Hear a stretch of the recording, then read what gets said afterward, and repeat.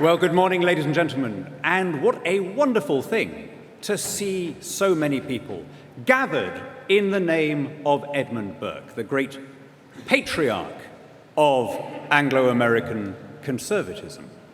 His writings illuminate us as the light of a long-extinct star, providing still guidance in these turbulent times. He famously said that he would rather sleep in the southern corner of a little country churchyard than among the tombs of the Capulets. And yet I feel his ghost today is going to be benignly agitated by being repeatedly invoked, because he, of all the philosophers of his time, taught us how to value what we have as conservatives. And all of the people that we just heard, John Hayes quoting who came after, the Oakeshots and the Scrutons, in a way were all footnotes to the great Anglo-Irish Vate. I have little doubt that Edmund Burke would have smiled on the endeavours of this convention. He was not just a patriot and a conservative, the original conservative, but he was somebody who believed in the rooted and natural essence of national loyalties. He wrote that next to the love of parents for their children, the strongest instinct, both natural and moral, that exists in man is the love for his country. For Burke, the nation was organic, evolved, natural, and it stood in constant opposition to that which was planned, imposed, and rational. He believed that we had a symbiotic relationship with the earth with which we were familiar. We were shaped by it as we shaped it. In the case of most of us in this room, the rich, loam, fertile earth of this damp green archipelago that we are privileged to call home. But he understood that wherever you were from, we couldn't efface these national loyalties. We couldn't pretend to be indifferent as among different states. The native soil, he wrote, has a sweetness in it beyond a harmony of verse. Now, I suspect that at least in this gathering, those sentiments may be uncontroversial. But believe me, my friends, when I tell you that it is extremely controversial in other places. I worked as a member of the European Parliament for 21 years, and the words national, patriotic, or indeed populist were spat out by my fellow MEPs rather as a teenager might spit out the contents of the beer can that was being used as the ashtray in a party. Patriotism, it was absolutely the vilest concept. In their eyes, it was one step away from ethnic hatred and war. But let me today make an attempt to revive the essence of the case for national self-determination. Patriotism is not selfish or exclusive. On the contrary, patriotism is why we pay taxes to pay for people that we've never met. It's why we obey laws even if we think that they are foolish laws. It's why we accept election results even when our party loses, because we recognize an obligation to our fellow citizens, rooted as it is in shared affinity and common loyalty. In 1942, Charles de Gaulle made a broadcast from this city in which he said, to me, democracy and national sovereignty are the same thing. Pour moi, la démocratie se confond exactement avec la souveraineté nationale. Now, to modern ears, that may sound jarring, at least outside this hall. But think of the world as it stood in 1942. All of Europe under the sway of a transnational ideology, which had extinguished the independence of state after state. Of course, there was a national element to the Second World War as there was to the Cold War. But there was not one country in Europe that didn't have combatants on both sides, not one. Even Iceland, I had to check that one, but they did have one person who fought on the Axis side. The last troops to fall in defense of Berlin in 1944 were the foreign Waffen-SS volunteers of the French Charlemagne and Scandinavian Nordica regiments. And the end of the war, this was a common theme of Allied propaganda throughout, meant a restoration of national self-determination, a restoration of national sovereignty. And I stress this point because we so often hear that the case against nationalism, as it's always made in Brussels, is fundamentally a pacifist one. This idea that the trouble with patriotism is it leads inescapably to these conflicts and to this jostling for position among states that may end in violence. Well, I think that argument was best anticipated and put to bed by the great Catholic aphorist G.K. Chesterton when he wrote, "To condemn patriotism because it can lead to war is like condemning love because it can lead to murder." The most destructive wars of history have been caused not by national rivalries, but by supranational ideologies, by fascism, by communism, now by jihadi fundamentalism. And in every one of those cases, the nation-state stands as the securest vessel for freedom. Rooted as it is in genuine loyalties and affinities, it provides a defense against those who claim to be bigger than all that has come before, who claim to have a way of looking at the world that begins from year zero. And all of this was anticipated in the writings of the great Irish fate, Edmund Burke. Was he a Eurosceptic? Well, do you know, Danny Kruger, who spoke so well yesterday, did his master's in Burke. And I remember arguing with him in the run-up to the 2016 referendum. And Danny said, well, we can't say for sure that Edmund Burke would have joined us in voting Leave, because he did have this dislike of change. But we can say for sure that he would have been a critic of the European Union and a fierce opponent of European federalism. In fact, Edmund Burke had this to say about the European Parliament, my former place of... Well, it may have actually been about, I forget, it may have been about one of the French revolutionary conventions, but I think it was the European Parliament. He said, "Who that admires and from the heart is attached to true national representative assemblies, but must turn in horror and disgust from such a profane burlesque and abominable parody of that sacred institution." Now, what would he have had against the European Parliament? What would he have had against the idea of a transnational system of government?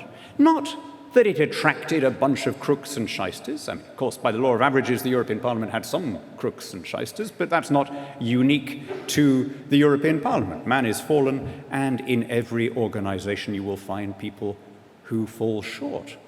The problem with it is that it was not rooted in national loyalties.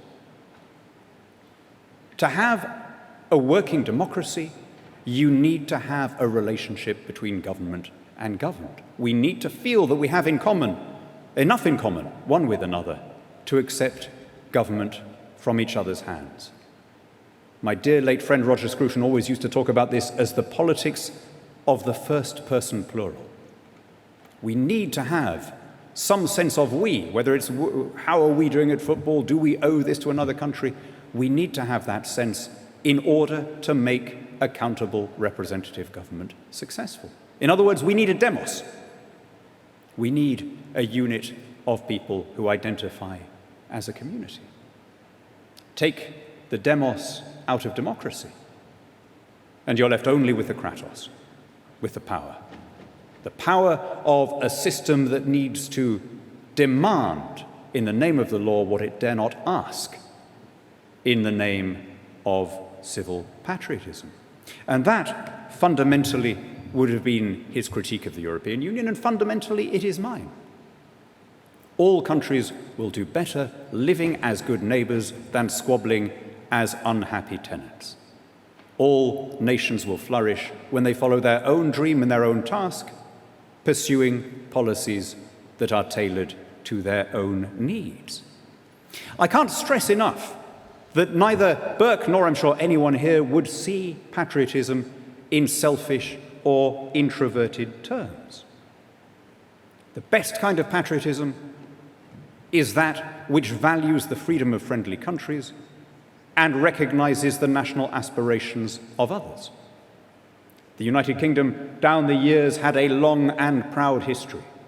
First opposing the Bonapartist tyranny, then the attempts to unite Europe under first German and then communist hegemony. We were the sponsors of the freedom of most of the South American republics because we recognized the validity of other people's national aspirations. Twice in the 20th century, we embarked on ruinous wars, not because we'd been attacked, but because the sovereignty of a friendly people had been violated, and because we recognized our obligation as guardians of an international order based on national independence. Yesterday, the President of Ukraine was in this town thanking the Prime Minister for his support in Ukraine's struggle for its own independence. Again, there's no scenario in which Vladimir Putin's armies are threatening us at the English Channel. But we recognized our obligation as a guarantor of the Budapest Memorandum, as a guarantor of Ukrainian integrity and independence within its existing borders, and we recognize the validity of the national aspirations of other countries. We, of all people, need no lessons in being good Europeans. And neither is our patriotism in any sense based on wanting our neighbors to be less successful than us. On the contrary, even if we take a wholly selfish view of this, even if we have no altruism, we want to have the richest possible neighbors so that they become better customers, right? We want to live in a part of the world which flourishes because that is in our own interest. And Burke, again, understood how difficult this concept is for a lot of people. Here is what he wrote. It is hard to persuade ourselves that everything which is got by another is not taken from ourselves. He was trying to make the argument that the United Kingdom did not flourish by disadvantaging either its rivals or, in the specific case of which he was writing, the commerce of Ireland. The one bit of Burke that everyone can quote, people who have never read him are familiar with, is his famous speech to the electors of Bristol. I'm your representative and not your delegate. They don't always tell that story to the end, which is that he was slung out by the electors of Bristol at the next election.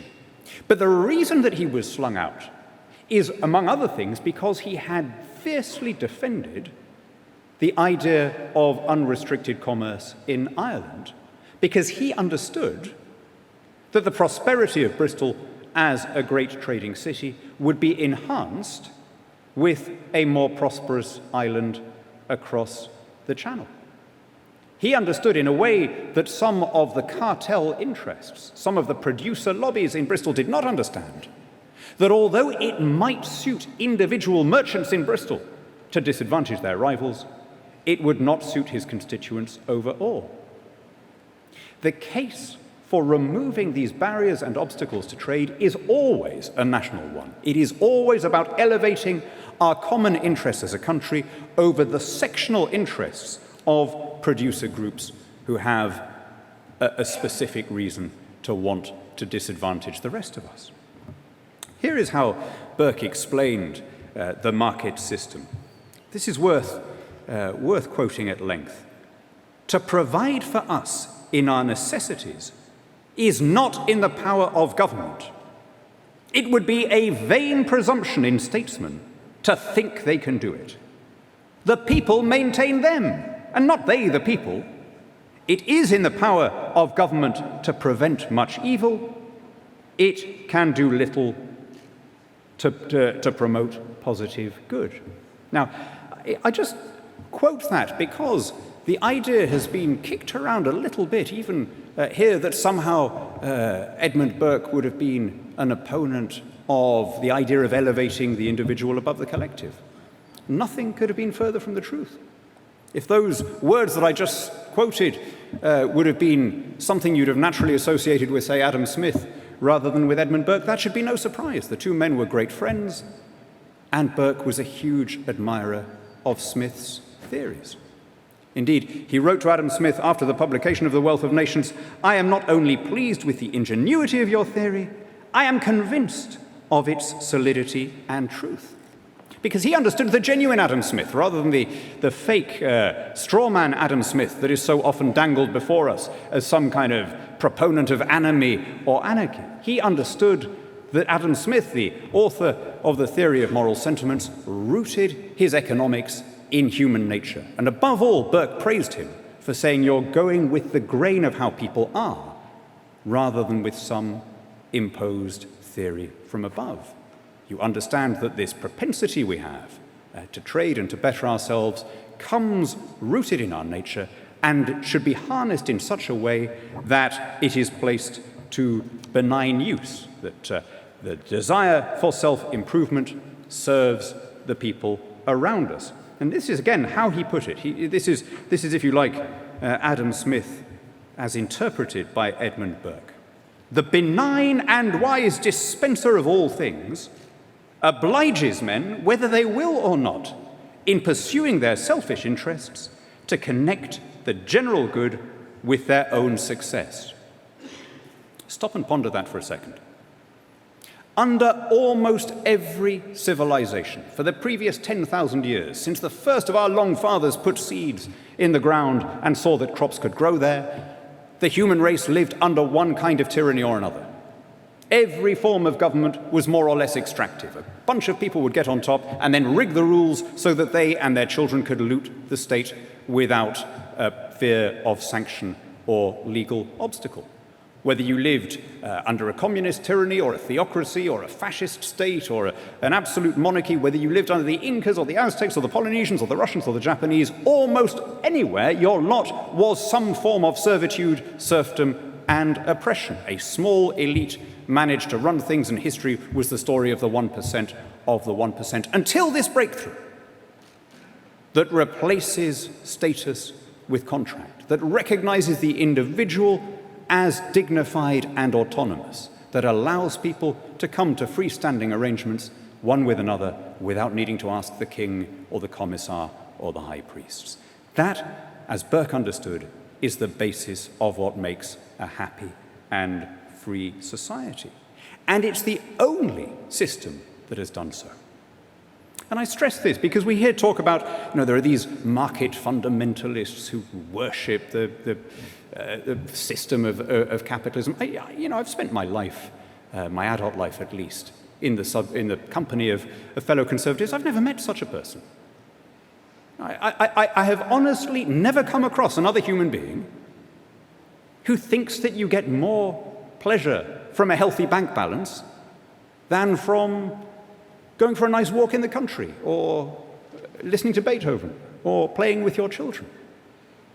The essence for freedom and the essence of the argument for freedom and prosperity, as both Adam Smith and Edmund Burke would have advanced it, is that raising our standard of living allows us to enjoy those other things because it buys us the time and the freedom as we are set free from the necessity of spending 7 days a week in back-breaking toil.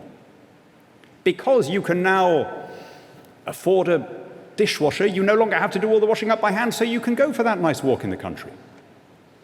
Because you can now drive to work instead of having to walk and take a bicycle and then 2 trams, you have time to go and listen to that Beethoven symphony. Because you no longer have to spend 7 days in the fields just to put food on your children's plates, you have the weekend free to play with them. Material advance is what facilitates all of the other values that we care about. Now, this is a difficult argument. We're a species that evolved as hunter-gatherers in kin groups, right? Our genomes are still on the savannas of Pleistocene Africa. And so a lot of this is in the exact sense counterintuitive. It runs up against instincts and intuitions that are buried deep in our DNA. The mercantilists and the protectionists will always have the advantage of speaking apparent common sense because they appeal to that inner caveman who wants to have a stash of food to make sure he can get through the winter, right? We're not designed for this world of superabundance and skyscrapers.